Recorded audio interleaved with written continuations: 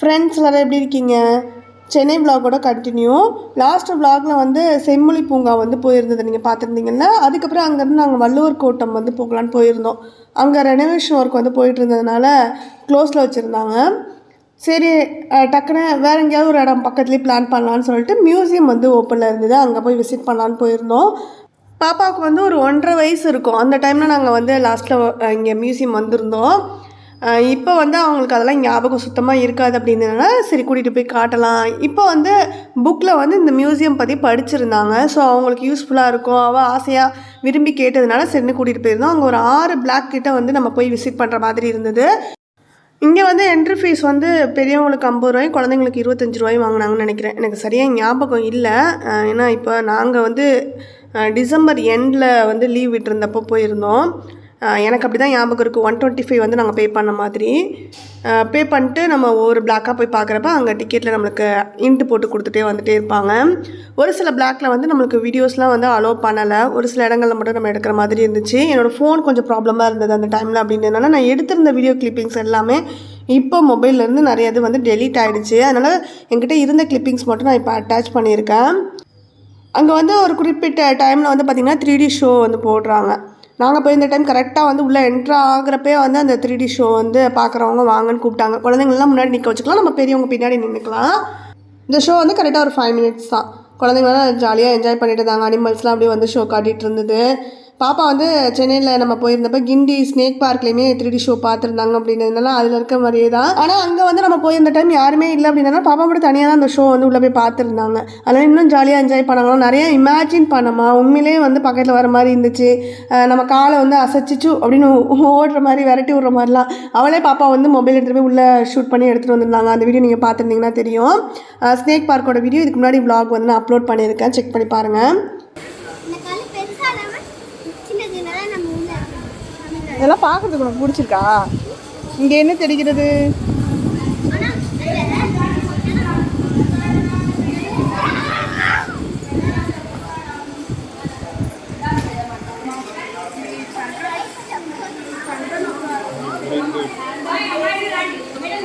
அன்றைக்கி வந்து Christmas day night வந்து நல்லா மழை, காலையிலையும் தூரிகிட்டே இருந்தது. அப்படின்றதுனால ரூம்லேருந்து லேட்டாக தான் கிளம்புனோம். சர்ச்சுக்கு போயிட்டு செம்மொழி பூங்கா போயிட்டு இங்கே மியூசியம் வந்தப்போ 3 மணி ஆகிட்டு அங்கே ஒரு 3 hours டைம் ஸ்பெண்ட் பண்ணிவிட்டு அதுக்கப்புறம் எப்பவும் போல் அன்றைக்கி டே வந்து பீச்சில் தான் போய் எண்ட் ஆனது.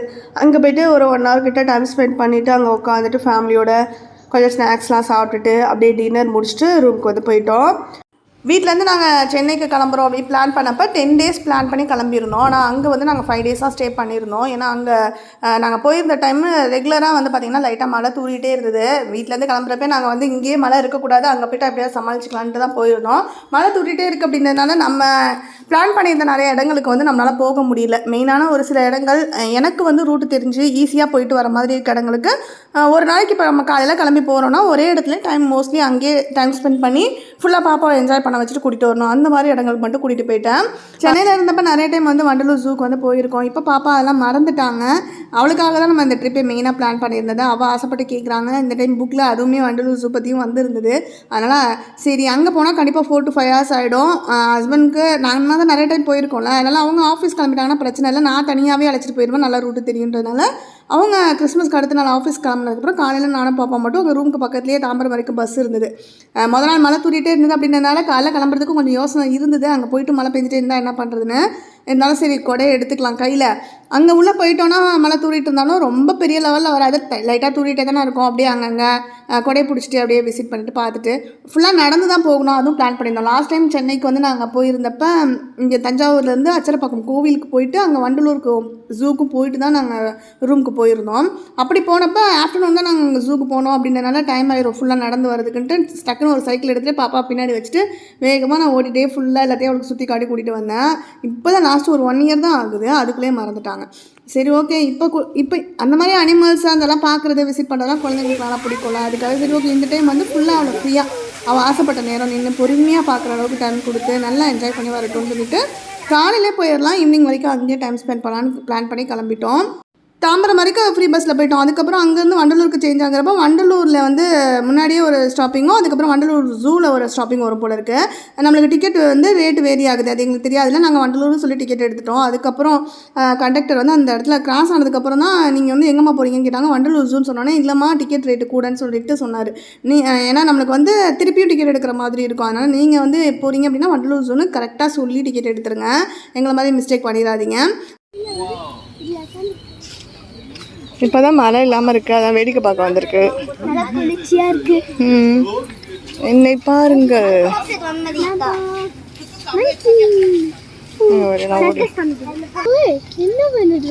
தாவி தாவி போயிட்டு இருக்கு. இந்த ஒரு பர்க்கில அது போய் இப்போ எங்கேயாவது தாவி போகும். ஒரே ஒரு சர்க்கஸ் காட்டு இந்த வருது பாருங்க. எப்படி போகுது பாத்தியா? அதுக்கு மேல வந்து ஜம்ப் பண்ணி அவ்வளோதான் சிட்டிங் ஆகிட்டலாம். உள்ளே போகிறதுக்கு என்ட்ரி வந்து பெரியவங்களுக்கு 200 ரூபாயும் குழந்தைங்களுக்கு 50 ரூபாயும் வந்து வாங்குறாங்க. அதுவும் நம்ம மொபைல்லேயே ஸ்கேன் பண்ணி தான் டிக்கெட் எடுக்கிற மாதிரி இருக்குது. கேஷ் பே பண்ணியே டிக்கெட் எடுக்கிற ஆப்ஷனும் இருக்குது. பட் வந்து ஸ்ட்ரிக்டாக வந்து அவங்க மொபைலில் ஸ்கேன் பண்ணி நீங்கள் பே பண்ணுங்கள். மொபைலில் ஆன்லைன் மூலிமா நம்ம டிக்கெட் எடுக்கிறத வந்து அவங்க டிஜிட்டலாக மாற்றணுன்றதுக்காக அதை வந்து ஃபாலோ பண்ணுறாங்க. அதுவும் நல்ல விஷயம் தான். ஏன்னா இப்போ எல்லாருமே நம்ம மொபைல் வச்சுருக்கோம், ஸ்கேன் பண்ணி பே பண்ணுறது எல்லாருக்குமே நமக்கு தெரியுது. முடியாத பட்சத்தில் நம்ம எங்கள்கிட்ட மொபைல் இல்லை, பெரியவங்க இருக்காங்க தெரியாது அப்படின்னா கேஷ் பே பண்ணியே டிக்கெட் எடுக்கிறதுக்கான ஆப்ஷன் கொடுக்குறாங்க. உள்ளே என்ட்ரு ஆகிறப்ப அதேமாதிரி வாட்டர் பாட்டில்ஸ் செக் பண்ணுறாங்க. பிளாஸ்டிக் பாட்டில்ஸாக இருக்குது அப்படின்னா அதில் ஒரு ஸ்டிக்கர் ஒன்று ஒட்டி கொடுத்துட்டு 10 rupees டிக்கெட் பே பண்ணுற மாதிரி சொல்லிடுறாங்க. நம்ம வாட்டர் பாட்டிலில் வந்து தண்ணி காலியானது ரிட்டன் வந்து நம்ம அங்கங்கே தூக்கி போட்டுடலாம். அந்த மாதிரிலாம் இல்லை, டஸ்ட்பினில் போடுங்கன்னு நிறைய இடத்துல எல்லா இடத்துலையும் டஸ்ட்பின்லாம் வச்சுருக்காங்க. அதனால நம்ம யாருமே அதை நிறைய பேர் ஃபாலோ பண்ணுறதில்ல அப்படின்றதுனால அந்த மாதிரி ஸ்ட்ரிக்டாக ஃபாலோ பண்ணுறாங்க. ரிட்டன் வந்து நம்ம வாட்டர் பாட்டில் கொடுத்தோம்னா 10 rupees வந்து நம்மளுக்கு ரீஃபண்ட் பண்ணிடுவாங்க. அதே மாதிரி உள்ள கேண்டினில் வாட்டர் பாட்டில்ஸுமே வந்து பார்த்திங்கன்னா 20 rupees பாட்டில் 30 rupeesனு வச்சு தான் சேல் பண்ணுறாங்க. ஏன்னா ரிட்டனில் என்ட்ரன்ஸ் வந்து நம்ம கொடுத்துட்டு போயிட்டோம் அப்படின்னா 10 rupees ரீஃபண்ட் பண்ணிடுவாங்க. அது மாதிரி க்ளீனாக இருக்கிறதுக்காக நிறைய அவங்க ஸ்டெப் எடுத்து வைக்கிறாங்க. நம்மளும் அவங்களுக்கு சப்போர்ட் பண்ணால் கண்டிப்பாக இது ஒரு நல்ல விஷயம் தான். மயில் இந்தியாவின் தேசிய பறவை ஆகும்.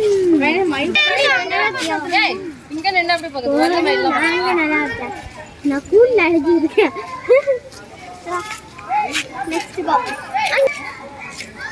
எது ஆண் மயில் எது பெண் மயில்? இது ஆணு அது பெண்ணு. இறகு இருந்தா பெண், ஆணு. இறகு இல்லைன்னா பெண். பெண். வா வா. போய் பார்த்துருவியா? ஓ போ. ஆனா கொம்பு பின்னாடி பக்கமா பாரு. அங்க போய் பாரு. பிடிச்சுக்கோ. ஏய் காய் முட்டை கூட கங்க வா எடுத்து அம்மா பாரு அம்மா பாரு வெச்சுக்கோ அம்மா பாரு என்ன பாரு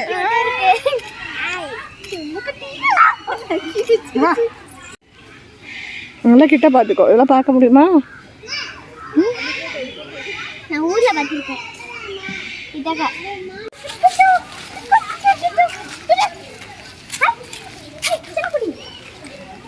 இது அழகா வர விரிச்சு நிக்குது. பெருசு விரிக்க போகுது. அங்க சின்னதே அழகா இருக்குல்ல பார்க்கறதுக்கு, ரொம்ப கியூட்டா. விரிச்சு டான்ஸ் ஆடுங்க என்ன மாதிரி. தேஷு மாதிரி ஆடும். தேஷு மயில் மாதிரி ஆடுன்னு சொல்லுவாங்க. மயில் தான் அழகா ஆடுதான்.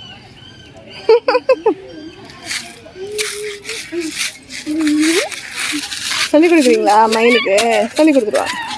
ஒரு டான்ஸ் ஆட கற்றுக்குங்க. என்னடா பொண்ணு குதிச்சுக்கிட்டு கிடக்குதுன்னு பார்க்கும்.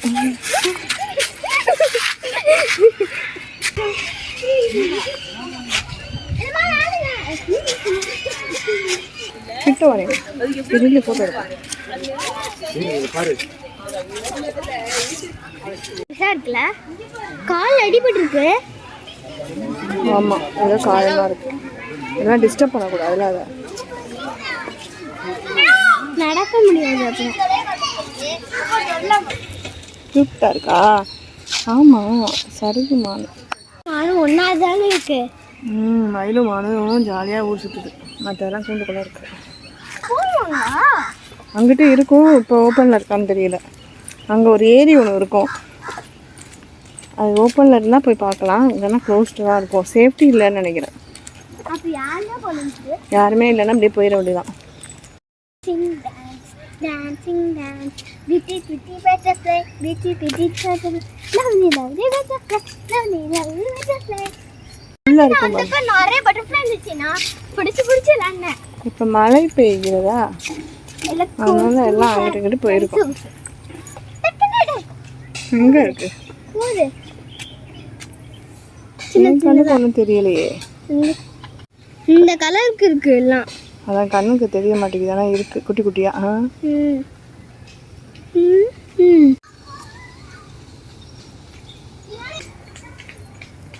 நெட்டு போட்டிருக்காங்க.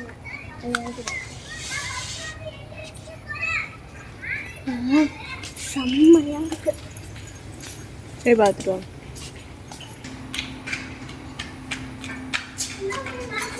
எப்படி வந்தோமோ அதே வழியே திரும்பி போயிருவோம். க்ளோஸ் பண்ணி வச்சுட்ருக்காங்க. வாங்க இங்கேப்பா. பட்டர்ஃப்ளை பார்க் தான் அது. திருப்பி இப்படி சுற்றி அப்படி வருமா? இங்கிட்டு கொஞ்சம் பட்டர்ஃப்ளை அதிகமாக இருக்குது அங்கேயோட.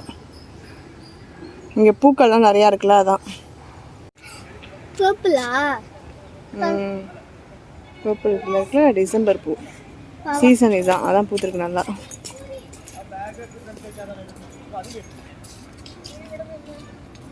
எல்லாம் லைனா நின்னு ஃபேன் பார்த்துட்டு இருக்கேன். அங்கே ஒரு படுத்து மண்ணில் போட்டு உருட்டி வராங்க. இப்போதான் எல்லாம் வெளியில் ஜோடி ஜோடியா முடிஞ்சிருச்சு. எல்லாம் வெறி கொண்டு ஓடுது. துரத்தி பிடிச்சிடும், ஓடி பிடிச்சிடாது. ஒரு எவ்வளோ குட்டீஸ்லாம் அங்கே போய் செம்மையாக ஓடுது. ரெண்டும் சண்டை போட்டுக்குது போல இருக்கு. வேறு வேறு தண்ணியில் விழுந்துச்சுன்னா இங்கே தான் நிறையா இருக்காங்க. ஆனால் ஃபேமிலியே சப்பா பயங்கர சண்டை. ரெண்டுக்கும் சண்டையாக விளையாடுதுங்களான்றாங்க. ஒரு மீனெல்லாம் தண்ணியில் போய் விளையாடு. குட்டீஸ்லாம் அழகாக இருக்காங்க பார்க்க. குட்டி குட்டியா குட்டியாக இருக்கிறது ரெண்டு உட்காந்துட்டு அவங்க அம்மாவுக்கு அக்காவுக்கா பேர் பார்த்துட்டு எங்க? அங்கே தான் மரத்துக்கு பக்கத்தில். மரத்து மேலே ஒன்றும் படுத்து கிடக்குது பாரு.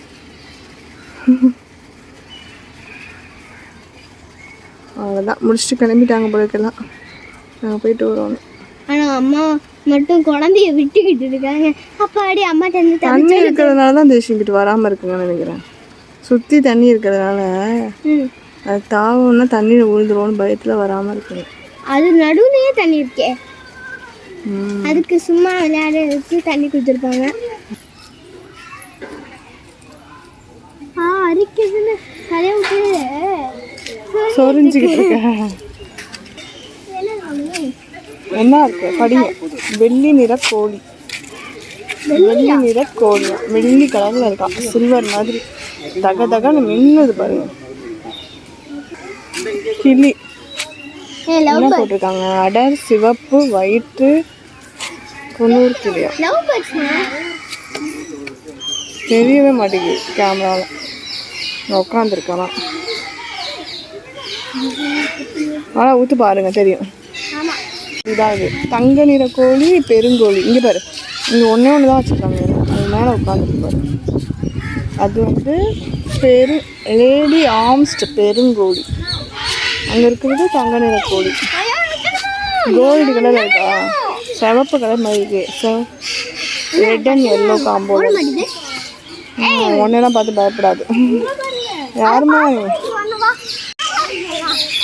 மானுக்கும் மயிலுக்கும் தான் ஃப்ரீடமே இங்கே. ஜாலியாக விட்டுருக்காங்க. முன்னாடிலாம் கொஞ்சம் பயமாக இருக்குங்க, இப்போ பரவாயில்ல. எல்லாம் ஃப்ரீயாக வருதுங்க, அப்படியே பார்த்துட்டு போகிறாங்க. ஆனால் இங்கே கம்பி போட்டிருக்காங்களே, வர முடியாது. அதெல்லாம் சுற்றி வரும். எப்படி?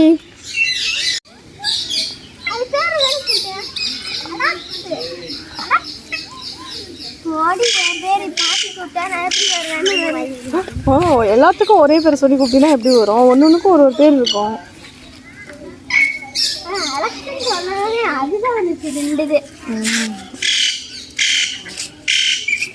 செந்தலை கிளி பாவம் தானே, விட்டுருவோமா?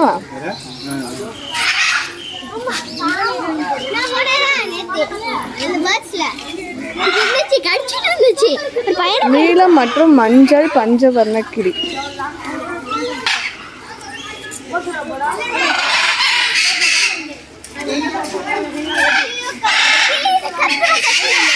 கருஞ்சிவப்பு. लालकी फुट उसका बड़ा है अपन तो बड़ा बड़ा देना टाइम टाइम फुट அடுத்து ஒஞ்சிவப்பு பஞ்சவர்ணக்கிளி. எல்லாம் மேலே உட்காந்துருக்கு பாருங்க. மேலே உட்காந்துருக்குமா. மஞ்சள் கொண்டை பெருங்கிளி. ஆப்பிரிக்க சாம்பல் நிறக்கிளி.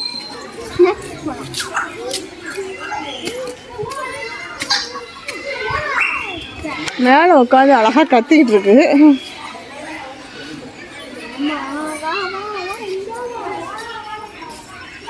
பெருங்கிளி அழகா அதுக்கு கட்டி விட்டுருக்காங்க பாருங்க ஊஞ்சல்.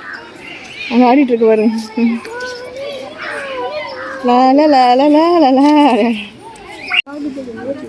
அழுக்க பெருங்கொண்டை கிளி.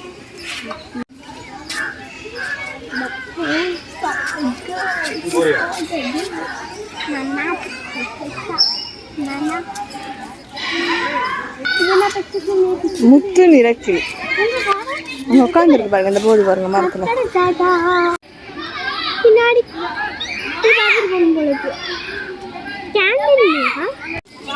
எப்படி இருக்கு?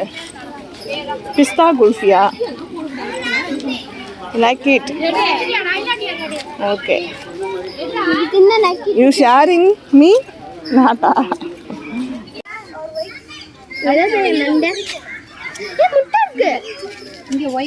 எங்க இருக்கு முட்டை? முட்டை இல்லை.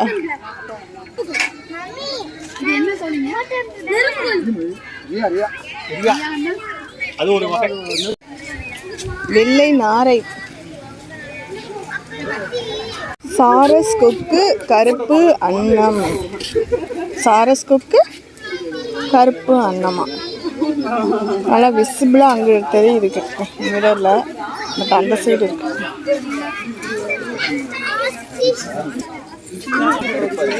கருப்பு அன்னம். நம்ம புக்ஸ் எல்லாம் படிக்கிறதுலாம் ஒயிட் பார்ப்போம். ஒயிட் ஸ்வான் புக்ஸ்லாம் அன்னப்பறவை படிச்சிருக்கீங்களா? அது இது பிளாக். பெரிய சிப்பாய் நாரை. அது அப்படியே மீன் அப்படியே எடுத்து கொத்தி கொத்தி சாப்பிட்டுட்டு இருக்கு. நல்லா ருசிச்சு சாப்பிடு. சோவரி அங்கே பின்னாடி உட்காந்துருக்கு. ஈமு. நவருங்க. ஈமுவை காட்டுங்க. ஐஸ்கிரீமை காட்டிட்டு ஈமு சின்னதா பார்த்துருக்கோம். ஈமு பெருசாக தான் இருக்கும்.